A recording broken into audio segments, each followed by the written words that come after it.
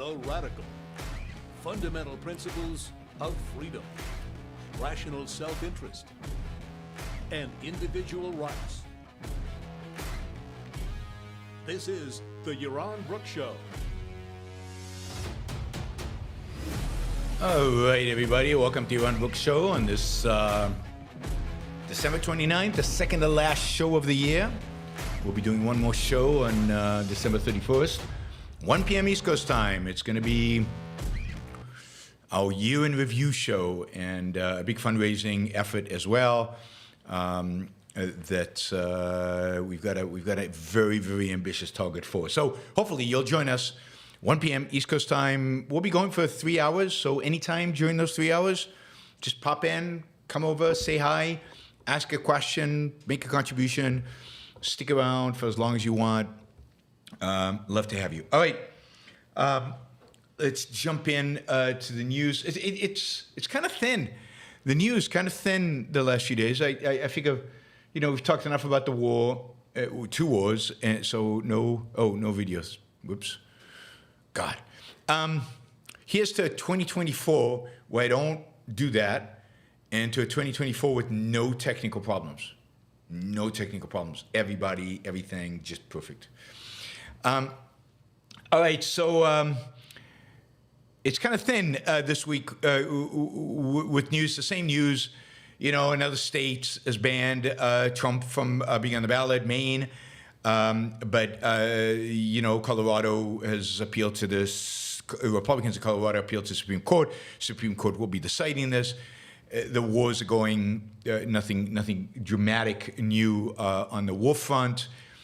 So the big stories are they are what they are. So I got a bunch of smaller stories, and then I figured I'd talk about some movies.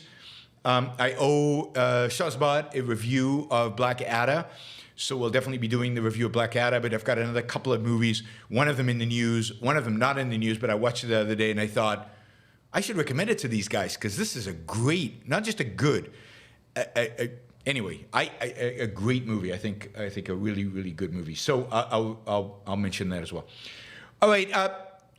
First item is Sweden just keeps inching closer to being accepted into NATO. Finland, as you know, is already a member of NATO. Sweden is inching closer. One part of the Turkish parliament has approved the NATO membership. It's going to move forward. It somewhat depends on whether the U.S. will approve F-16 purchases for Turkey. Biden administration wants it. Congress is hesitant. There's some in Congress that really oppose it. But I think the Swedes are going to lobby for it because the Swedes really want into NATO. And it's going, and it is going to happen. You've also got Hungary. Hungary, of course, is again, Hungary is just going to object to anything like this as a mechanism by which to squeeze more out of the European Union, out of its friends in the European Union. I mean, Hungary is basically not really Hungary is basically not particularly an ally of NATO. I don't know why it's in NATO. It's more of an ally of Putin's. Hungary is a country that economically really, really needs help. And the European Union doesn't want to help them too much because they don't like Orban. So it uses Sweden's entry into NATO. They use aid to Ukraine as leverage because all these decisions have to be unanimous. They use it as leverage, as a way of getting more money. Now, if it was up to me, Turkey would not be a member of NATO. Turkey should not be a member of NATO. Turkey is aligned with Iran in some ways. It's a huge back of Hamas. It is called Netanyahu as a Nazi and Hamas are the good guys. Erdogan is a bad guy. He's an Islamist. He supports Islamist causes. But the reality is Turkey is a member of NATO, and I don't think there's any movement not to make it a member of NATO. On the contrary, there seems to be movement to add Turkey into the European Union. So the world does not play by my rules. If it did, the world would be very, very different than it is. In my world, Sweden would be accepted into NATO, Turkey would be kicked out, and Orban would be cut off from all EU funds. And then let's see if the Hungarian people still love him as much as they do when their economy collapses. As it is, because Hungary has its own central bank, it doesn't use the European Central Bank. Hungary has significant inflation, much, much higher than the rest of the EU. Trump has never threatened Turkey. Trump accommodated Turkey. Trump was Erdogan's best friend. If you remember the famous phone call where Erdogan says, you know, I want to invade Syria to take out the Kurds. And basically, Trump said, okay, we'll get out of your way. We'll let you do that. No, Trump loves Erdogan. Trump loves Putin. He loves Xi. Trump is not somebody who's going to stand up to authoritarian regimes. Quite the contrary. Particularly Erdogan. Erdogan is particularly, he and Trump got along great. He managed to manipulate Trump just perfectly and beautifully. And Trump does not love Israel. Kushner loves Israel. I'm not sure Kushner is going to be part of his next administration. Trump does not love Israel, particularly he doesn't love Netanyahu. Trump does not love Israel. The evangelicals love Israel. So the only reason Trump might like Israel, support Israel, is because he needs evangelical support. Trump doesn't give one iota about Israel. Jared Kushner was a big supporter of Israel, but Jared would not be part of a future administration. It's pretty obvious that Jared would be out of a future administration. Way too soft, way too moderate for the next Trump regime. Anyway, I don't want to talk about Trump. Second, related to this, is the fact that Scandinavian countries, and Finland doesn't count as Scandinavia, I'm told, by Scandinavians and by Finns. But I'm going to include Finland. But basically, Finland, Norway, Sweden, and Denmark have all committed to raising their defense spending significantly. Sweden, the Swedish defense minister has announced that in 2024, the Swedish defense budget would increase by 28%. So a significant increase. Finland has increased its own defense budget by 5%. It was already at 2%, the threshold that NATO has determined. And Norway and Denmark are committed to the same thing. I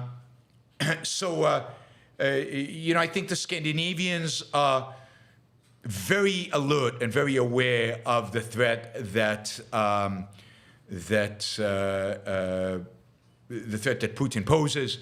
They are very close to Russia. Finland, of course, has fought wars with Russia. Adding Finland to Sweden is a massive strategic defeat for Russia itself. They're also, the Scandinavian countries also share kind of the Baltic Sea with Russia, but also with the Baltic states, which are very fearful of Russia. I mean, if Ukraine falls, Estonia, Latvia, Lithuania are clearly next. That will be the test of NATO if Russia invades those countries. And I think the Scandinavian countries want to beef up their defenses as partially as a way to warn off Putin, to encourage Putin not to engage. All right. So NATO getting stronger, which is with Scandinavian support. Germans will probably not increase defense spending. They've got a budget mess.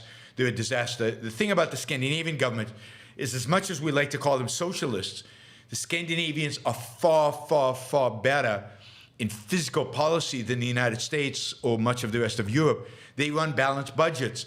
They don't run massive deficits. So if they need to increase spending in a particular category, they will do it, and they will rejigger their budget. The Scandinavian governments are philosophically, I disagree with them completely, but they're run by adults, whereas the American government is run by overgrown morons and children and just idiots who don't really care about the future. And since America is as a country is, I guess because of its size or because of the kind of the pragmatist and because of the, maybe it's because of the arrogance of thinking America will never have problems. We don't seem to care about fiscal responsibility. We don't seem to care about budgets or anything like that. And the voters don't care, and politicians don't care. And they just, we need to spend, we'll just spend more. Germany has real constraints on deficits. It generally runs a balanced budget, but they've got this budgetary issue where the court has ruled 60 billion in their budget illegitimate, and they've got a lot of commitments. They've made a lot of crazy commitments, and they've got crazy energy policy. And if you add it all up, Germany's going to have a very hard time raising the defense budget. The countries that have really raised it in serious ways are the countries that have borders are very close to Russia, like Poland. Poland will have the largest military in Europe, second only to Russia, I guess, and maybe Ukraine, given its levels. But the largest military within NATO, other than the United States, when its current plans are fulfilled, and they are really pushing ahead. And I don't think the changing government of Poland is going to change that at all. All right, it looks like people out there, security forces all over the world, are really worried about terrorism on New Year's Eve. There are a lot of stories about increased security in New York, in Paris, all over the world, really, but primarily, I think, in Europe and in the United States. There's a lot of fear about potential Islamic terrorism during the festivities, New Year's Eve. One of the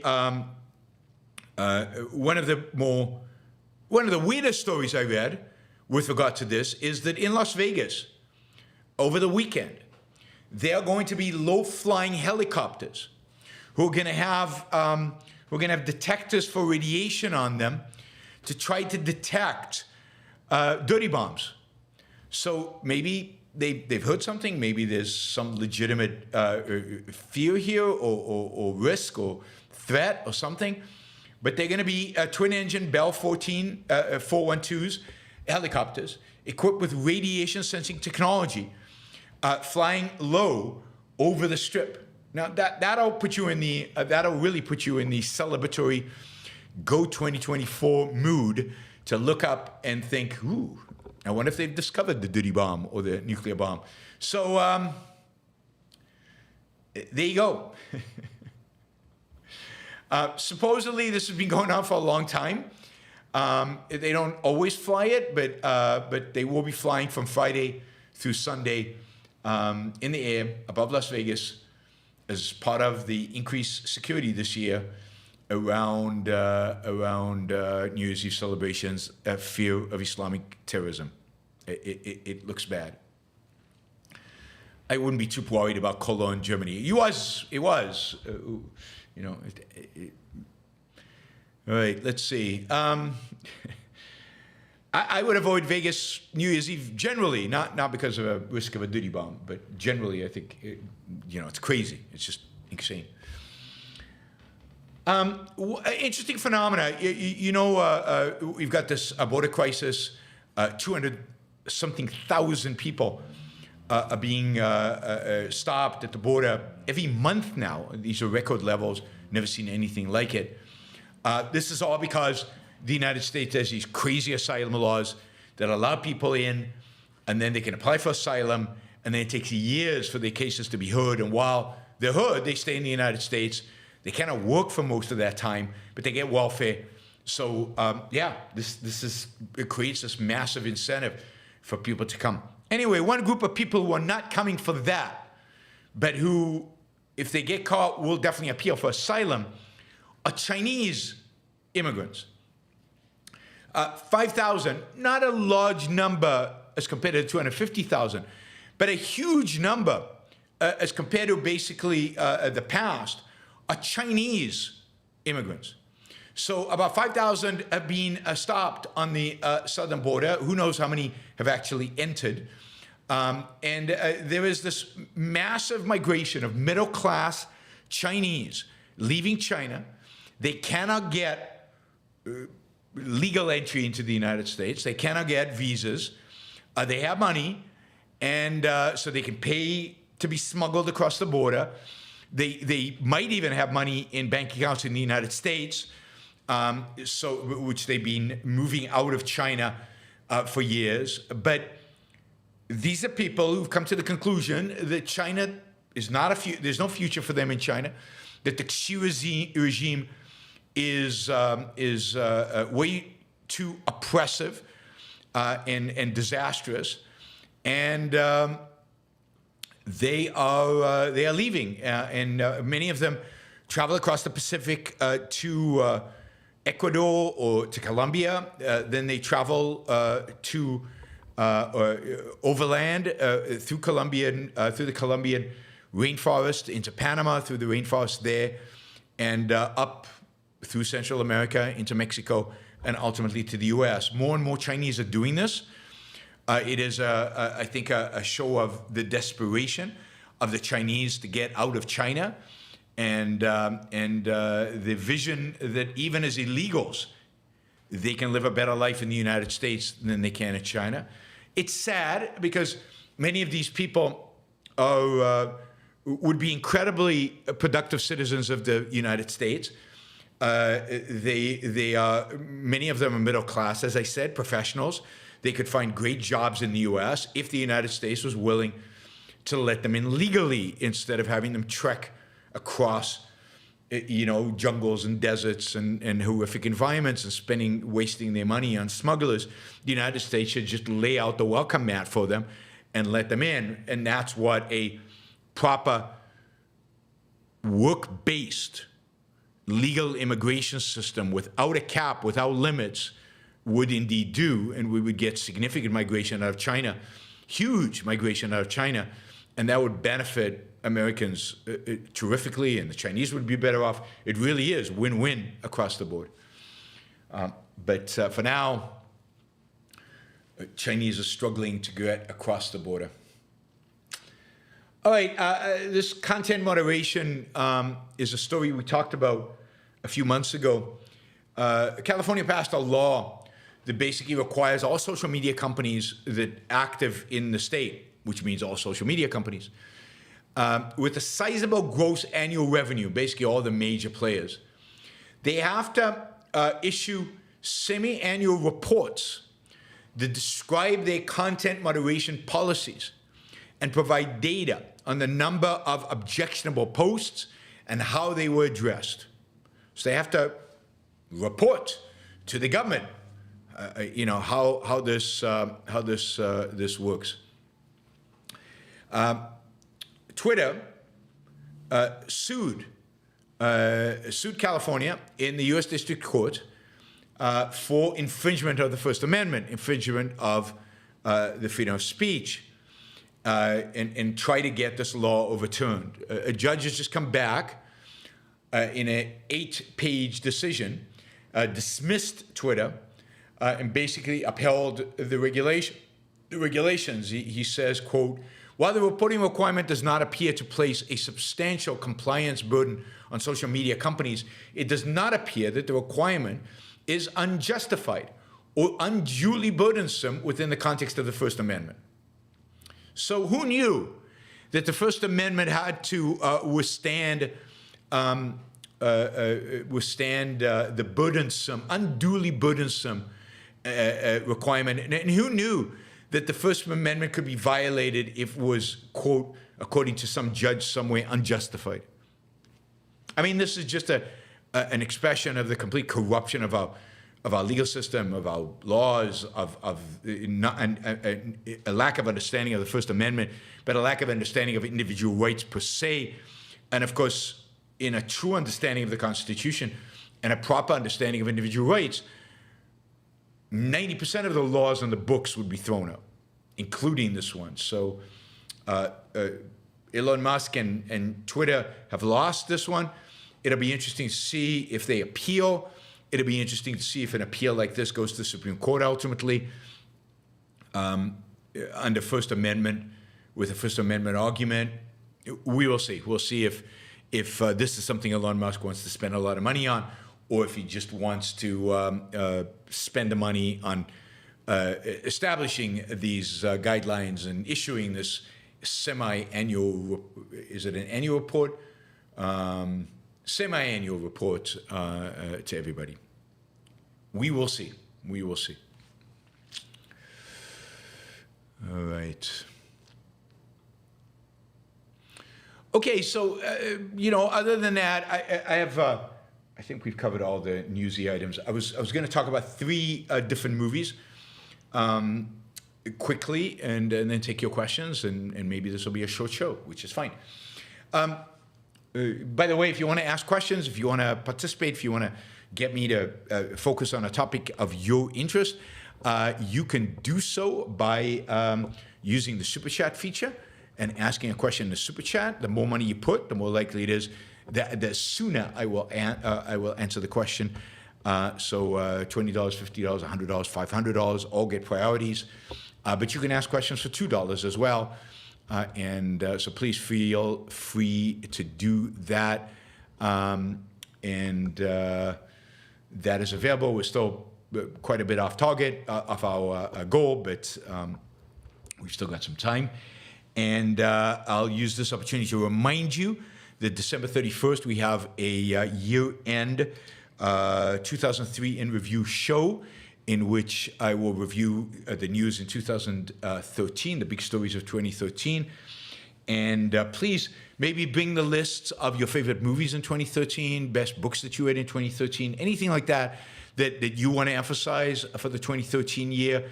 Please bring to the show and share with us on the chat.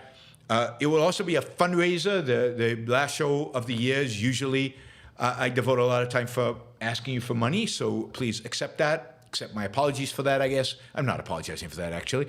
And so it's a great time to support the show. We might get a match, who knows, but we will be trying to raise $12,000 during the show, and I'm willing to stay on for 3 hours plus in order to do that, and it will be at 1 p.m. East Coast time on Sunday. So please don't forget to join us for that. All right.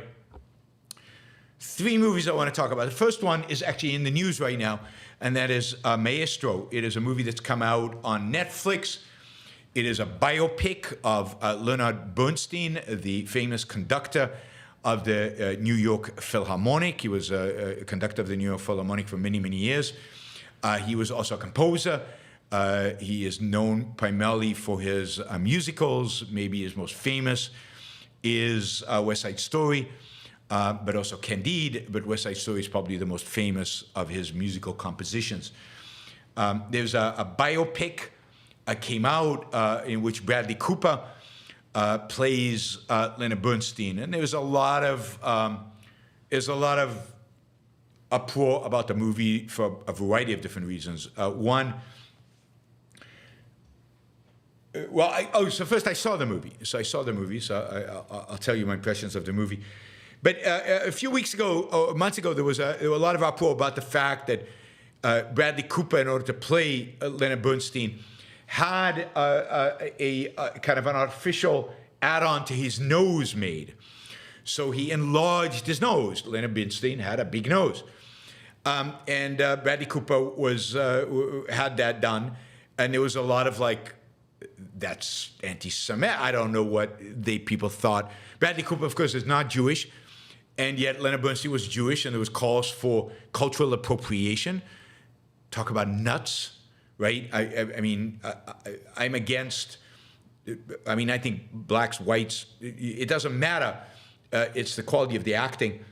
Who cares what color skin you have? Anyway, he tried to look as much like Bernstein, and he adjusted the nose, and I think they did a good job with the makeup, with the nose. They also aged him through the movie, and I think they did a good job. I think he does look like him. I think he talks a little bit like him. One of the reasons this has become an issue right now is because he will be up probably, maybe, for an Oscar nomination for this movie, which I think, he deserves. I mean, he'll have to fight it out with I forget Killian, who played Oppenheimer. I think it's between them. I think Oppenheimer will win. The guy who played Oppenheimer in the Oppenheimer movie was brilliant. He's also from what do you call the Peaky Blinders. I love him in Peaky Blinders. He's an excellent, brilliant actor. But Cooper's good. And I think Cooper's particularly good here, but there's a lot of people who hate his performance. I don't know if they hate his performance because he's portraying a Jew. I don't know if they hate his performance because Leonard Bernstein was gay. I don't know if they hate his performance, why they hate his performance, but there's a lot of uproar right now about Leonard Bernstein's, about Bradley Cooper's performance of Leonard Bernstein. I thought he was very, very good. I'm not going to say anything about the movie. The movie's mixed, but I thought his performance, he did a really good job. The movie will also probably be nominated for an Oscar, but the movie is the movie's mixed. It deals with a part of Leonard Bernstein's life that was less interesting to me, although it landed up being more interesting than I would have expected. So it deals with his relationship with his wife and generally his love life, which I knew nothing about. Zero. Now I know a lot about it. I'll tell you about it in a minute. What it doesn't deal with, which would have interested me much more, is with Bernstein's relationship to music. It would have been interesting, much more interesting to me to know more about his view of conducting, why he conducted the way he conducted. He was one of the more expressive conductors you'll ever see on the stand. You'll see some video. Bradley Cooper, again, does a very good job, I think, of mimicking Bernstein's conducting style. It was incredibly expressive with the baton and on the stage. Very, very unique conducting style. But it would have been interesting to focus on that, to focus on his composition. He was always frustrated that he was never taken seriously as a classical music composer. Instead, he was remembered as more of like the composer of West Side Story. That would have been interesting, his struggles around composing music. Instead, the focus was on his relationship with his wife, which was interesting because she married him knowing that he was bisexual. That is, knowing that he had sexual relationships with men as well. And that they had what basically constituted, at least on his side of the relationship, an open marriage, where he had affairs with men on the side. And with his wife, while he also had his wife and he had kids, and the kids for a very long time didn't know he had these other relationships, and he lied to them as adults about it, and basically at the urging of his wife. And again, the movie gets into all of that. So it is interesting in the respect of the ability of somebody to have multiple relationships all at once in a kind of an open relationship framework. I think at the end, it basically proves what I think is true, and that is that it's not doable. It's just not doable. It's actually, I don't think it's boring. I found it interesting. His character's interesting.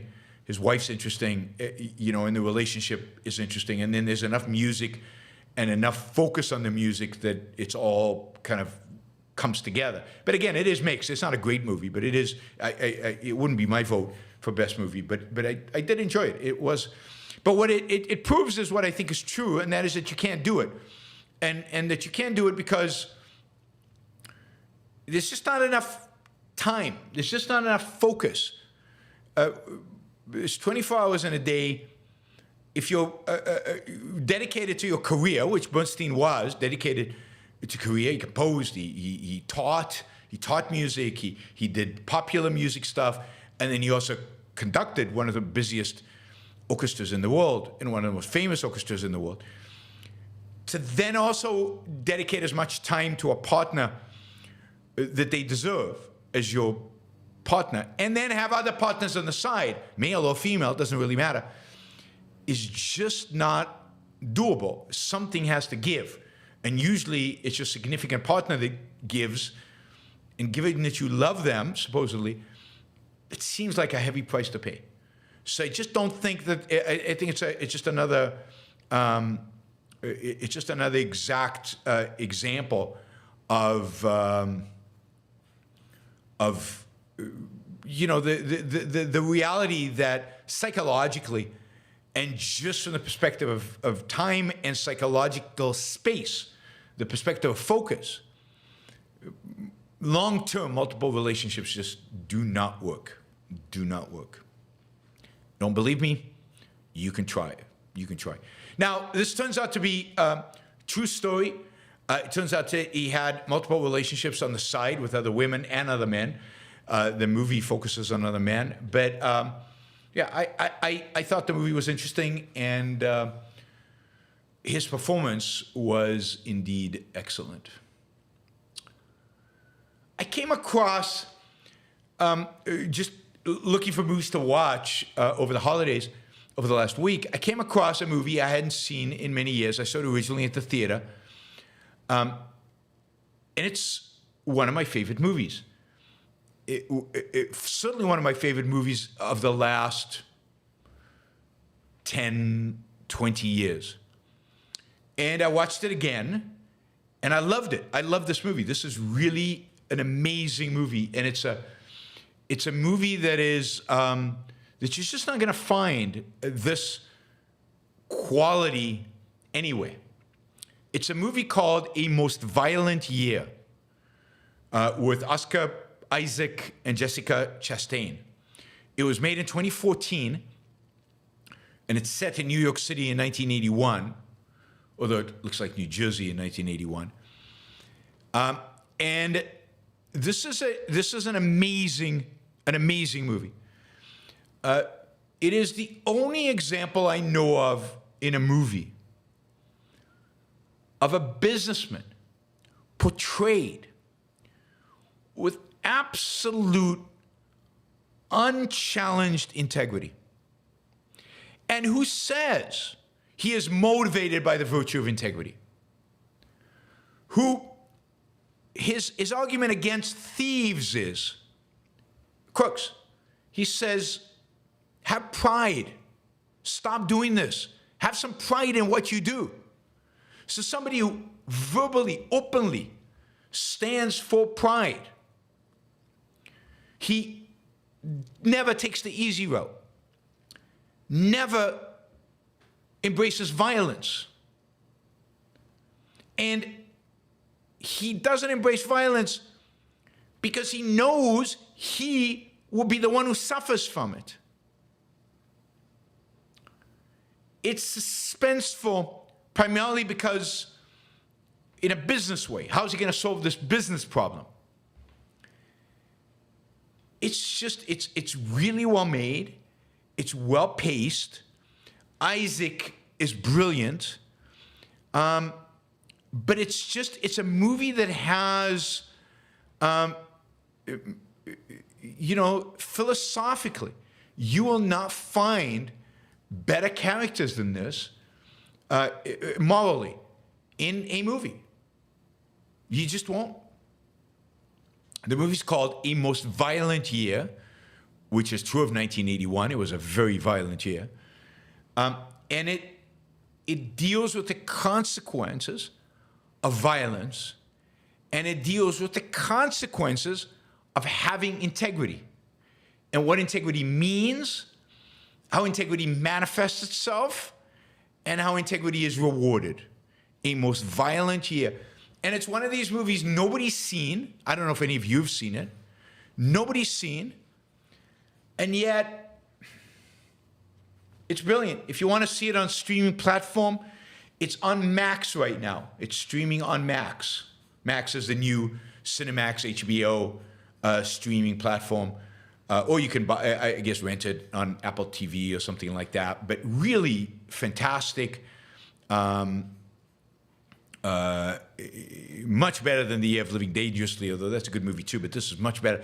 It's just, I watched it and your mouth just go, I mean, how could they be saying this? And this is not script written by an objectivist. How could they be saying this stuff, right? So highly recommend it. If you watched it in the past, watch it again. Pay attention to the dialogue.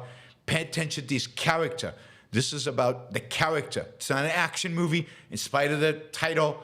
It's not a very violent movie if you're worried. There's some violence, but it's not a very violent movie if you're worried.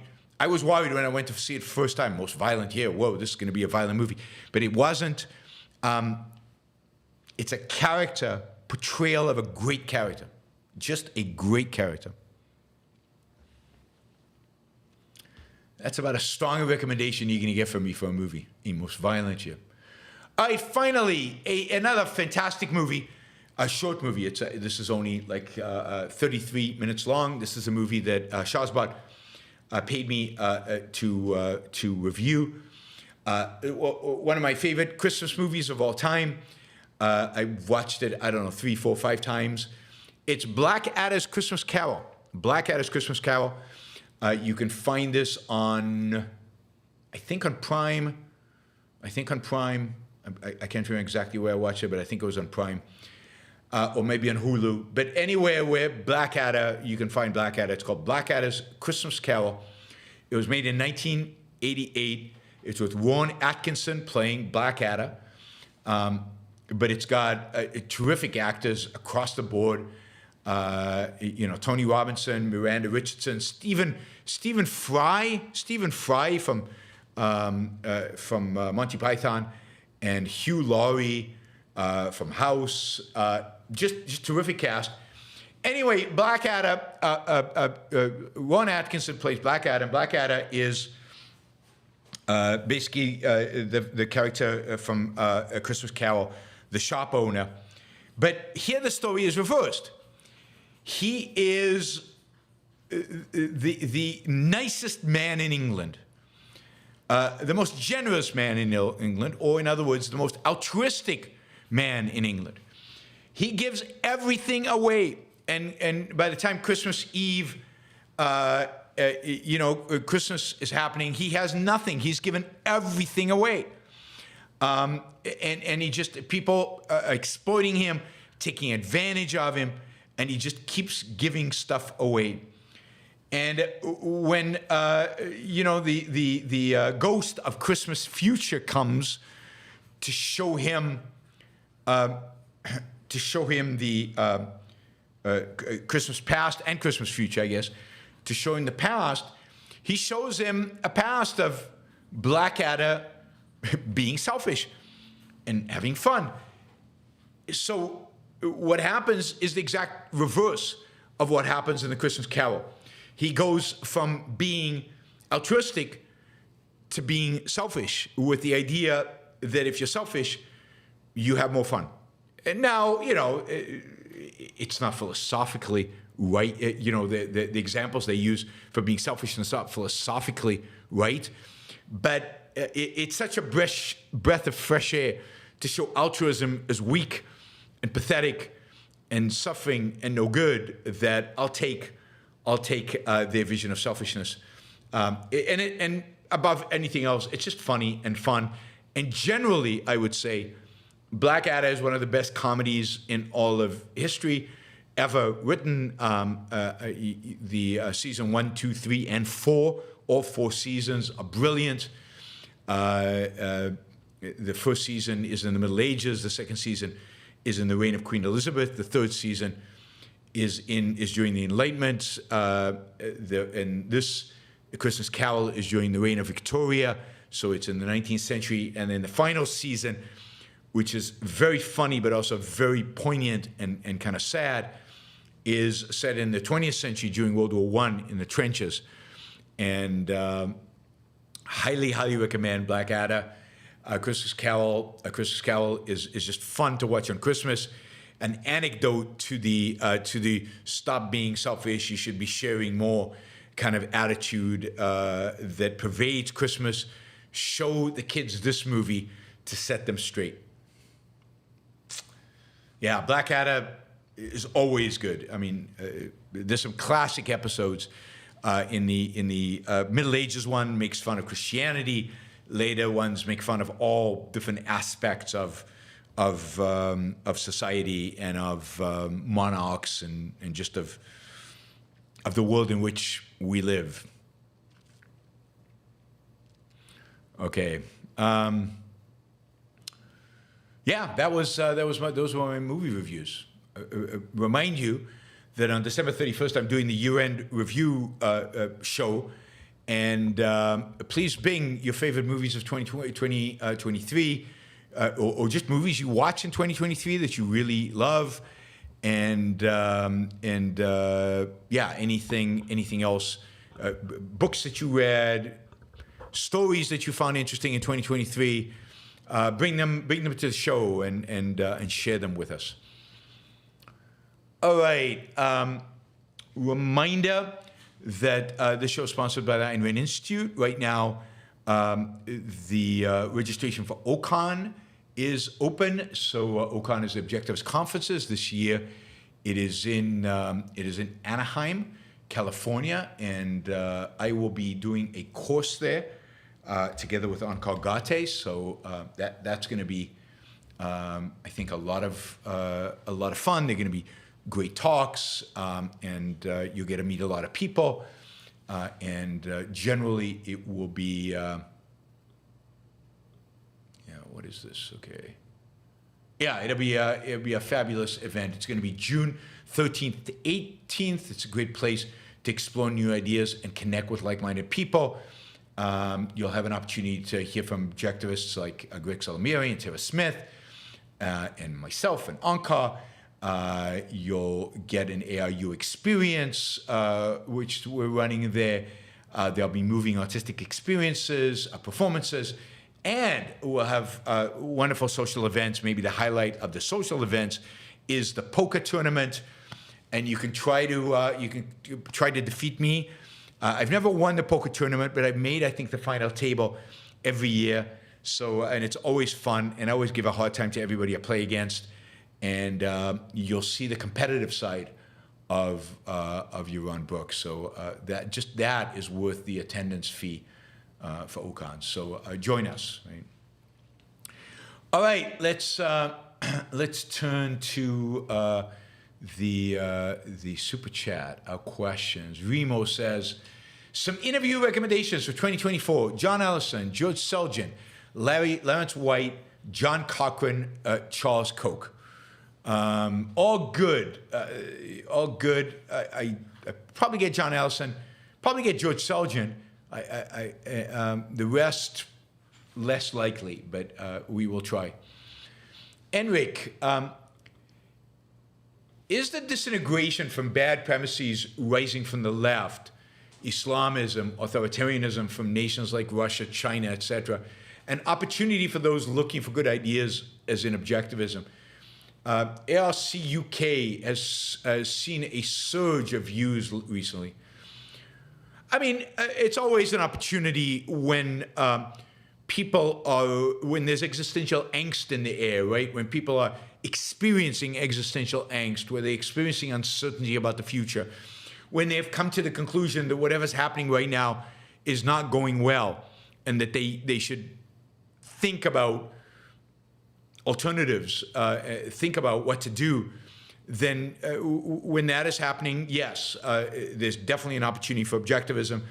And the other aspect of that is, and this is the real reason why ARCUK is seeing a surge. They're seeing a surge not because of objectivism, qua objectivism.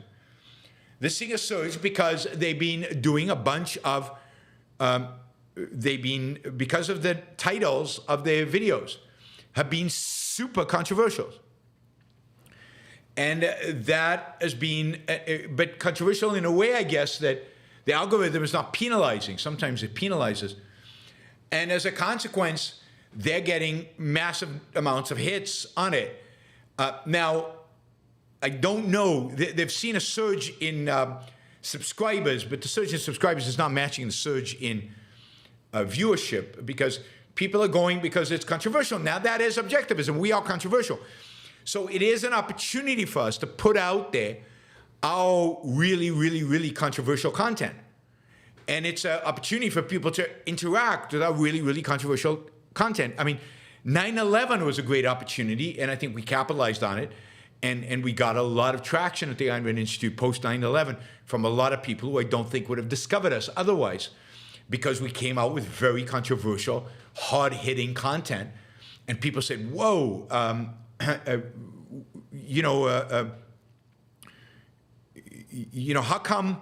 come they have the moral certainty to say what they're saying?" And that causes them to think more deeply about or to investigate objectivism.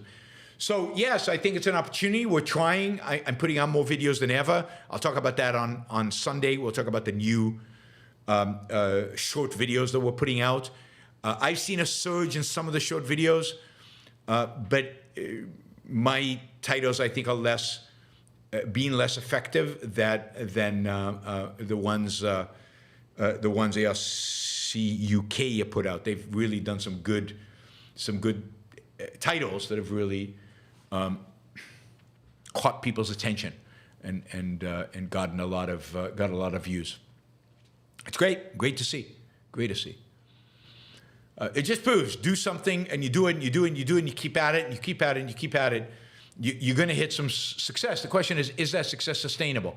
And that'll be interesting to see what happens with ARCUK once all their shows that have hit big time about the Israeli-Palestinian issue. It'll be interesting to see if that is sustainable beyond this issue. Yeah, I've seen a huge surge in subscribers, which I'll talk about. I mean, not a huge, but a big surge in subscribers because of some of the videos we put up. Adam, I saw and agree about most violent year. What would you think of Denzel Washington in the role of Hank Rearden in a new film or TV series of Atlas Shrugged? I think he's now maybe a little too old, but I would have loved to see Denzel Washington as Hank Rearden. I think first of all, Hank Rearden is the hardest character to play because he's the most multidimensional character. He's a character that goes through real change and has to reflect the change in his acting. And I think he is one of the great actors, certainly of his generation. I would have liked him to have played it 15 years ago. But yes, I would love to see Denzel play Hank Rearden. I think that would be fantastic. He's got the ability to express in the way he talks and in his expressions kind of the changes, the angst that Rearden experiences. He is truly a gifted actor. Bree says, the amendment they are using to disqualify Trump is essentially an oath of office violation. Using this criteria, any that voted to lock down the people should be disqualified. Yeah, but the standard is not oath of office, right? If it's oath of office, then if you have a proper understanding of the Constitution, then every president would be disqualified on a million grounds, not just regulations of business and so much, going to war without authorization of Congress.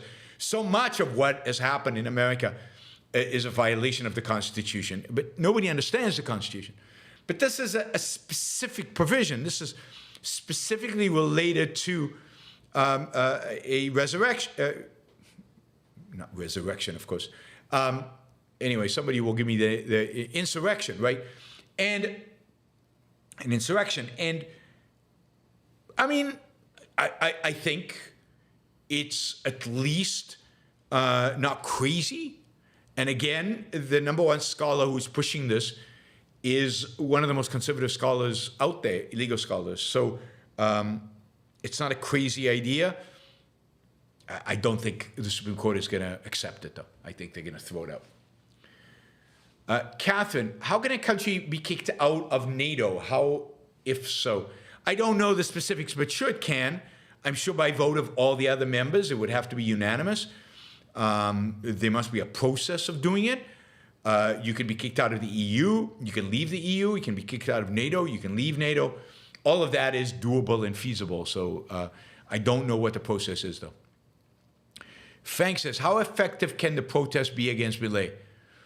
I mean, they can be, it depends on Milei, right? I mean, they will keep going out in the street, but it depends on whether Milei will cave to the pressure and how many of the Argentinian people will join the protests to the extent that most Argentinians say, we're going to give this guy a chance, we're going to sit this out, let's see what happens, then I think he can withstand any protest. I think he can keep going.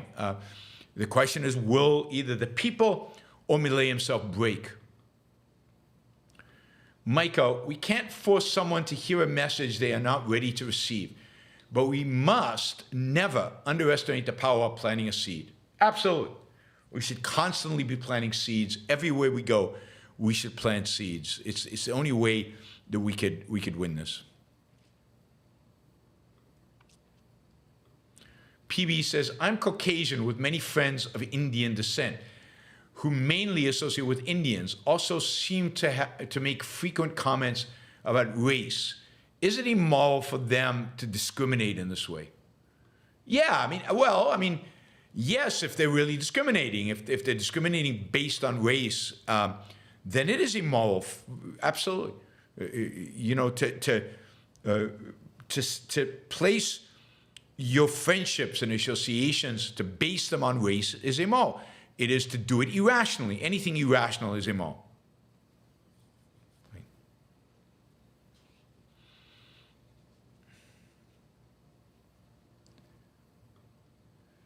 Andrew, in the context of property rights, why do you and Rand stress the use of property as against possession?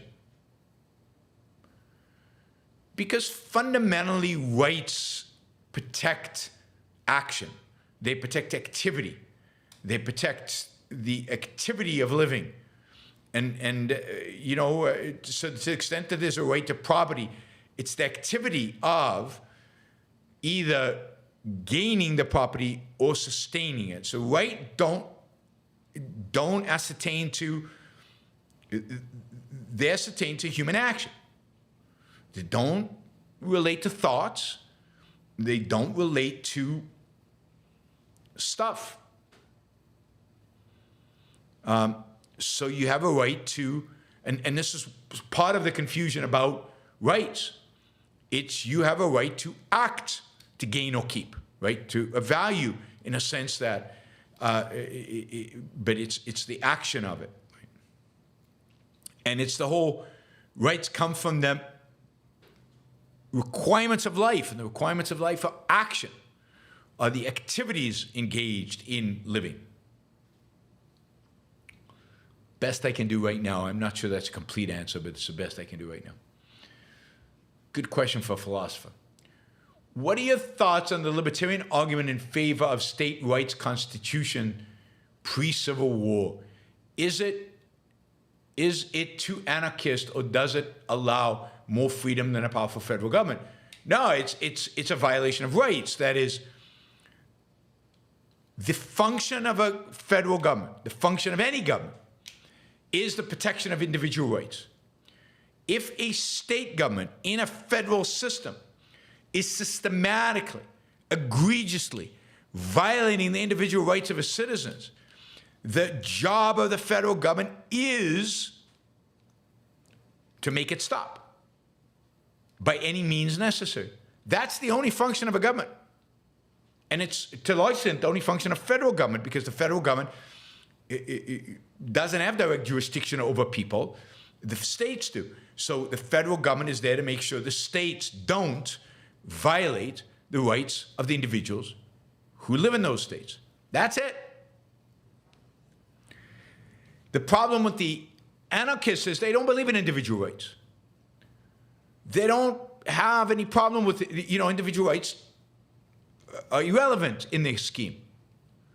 So the fact that Southern governments had slaves, bothers them a little bit, but not too much. The states, this was the will of the people in some way. This is what the states wanted. That overrides any other consideration. So it really comes from the anarchist disregard for individual rights, It's not about how powerful the federal government is. It shouldn't be powerful, but it should have enough power to stop any state from egregiously violating the rights of its own citizens. And slavery is about as egregious of a violation of rights as one can imagine. Whoops. And Mirkat.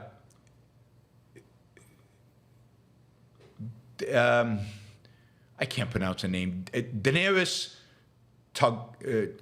Targaryen was also pressured not to actually fight so as not to be like her enemies. Let's just say she's still my favorite character, Nuuke Gazza. Although I think she overreacted at some point and the force became gratuitous. She didn't need to do what she did. She had already won. She was already devastating the enemy. At some point it becomes gratuitous and it doesn't serve a purpose anymore. And I think that's what happened in Game of Thrones. Robin, final question. What do you think it would take for people to move away from the left-right labels whenever someone voices political opinions?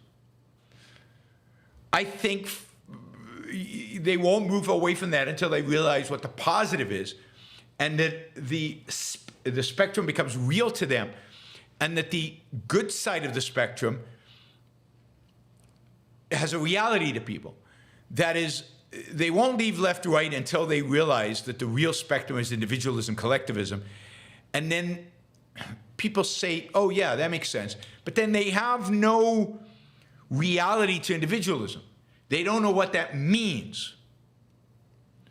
So you've got to concretize and make real to them what individualism actually means and how it contrasts with collectivism. And until we have that, and that's a big mission to get that, it's very, very hard to get them out of the left-right. It's so inculcated and it's so appearingly oppositional. The other thing that could happen is what you'll see is a unity of the left and right around an authoritarian dictator, which is what I predict will happen. And then we'll be the only alternative to that dictator. And it's not clear what we are. They'll have to come up with something different in order to describe the opposition and the dictator because it won't fit neatly into the left-right perspective.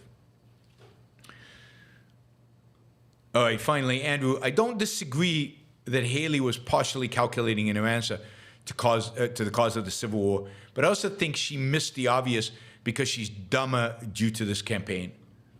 Maybe she wasn't fast enough on her feet, and she just said something stupid. I don't know. I doubt it, but I don't know. It seems pretty dumb. And it seems to have really hurt her, and it seems to have hurt her all over the place. Even among conservatives, even people on the right, it's hurt her. So we'll see if she can. We'll see if she can recover from this. Okay, guys, I will see you all in 2 days, New Year's Eve, 1 p.m. East Coast time. As I said, bring your checkbook, bring questions, bring ideas of what you want to discuss, bring lists of your favorites, this or that. Looking forward to the show. It should be a lot of fun. We'll be reviewing 2023. Not a great year, but we'll be talking about the big stories of 2023, the best movies of 2023, the best books, whatever you guys want to talk about. So make sure to join us 1 p.m. Eastern time. And of course, you can use stickers to support the show. Today, we're $42 short and didn't get a lot of stickers today, but feel free to jump in here with a sticker. But in any case, it's time for me, 1 p.m. East Coast time. Yes, 1 p.m. East Coast time. See you all, 1 p.m. East Coast time, 2 p.m. my time. I'll see you all on Sunday. And if you don't show up for that show, have a fantastic Happy New Year. But really, you should come to the show. Don't forget to like the show before you leave. If you're not a subscriber yet, please subscribe. Talk to you soon. Bye, everybody.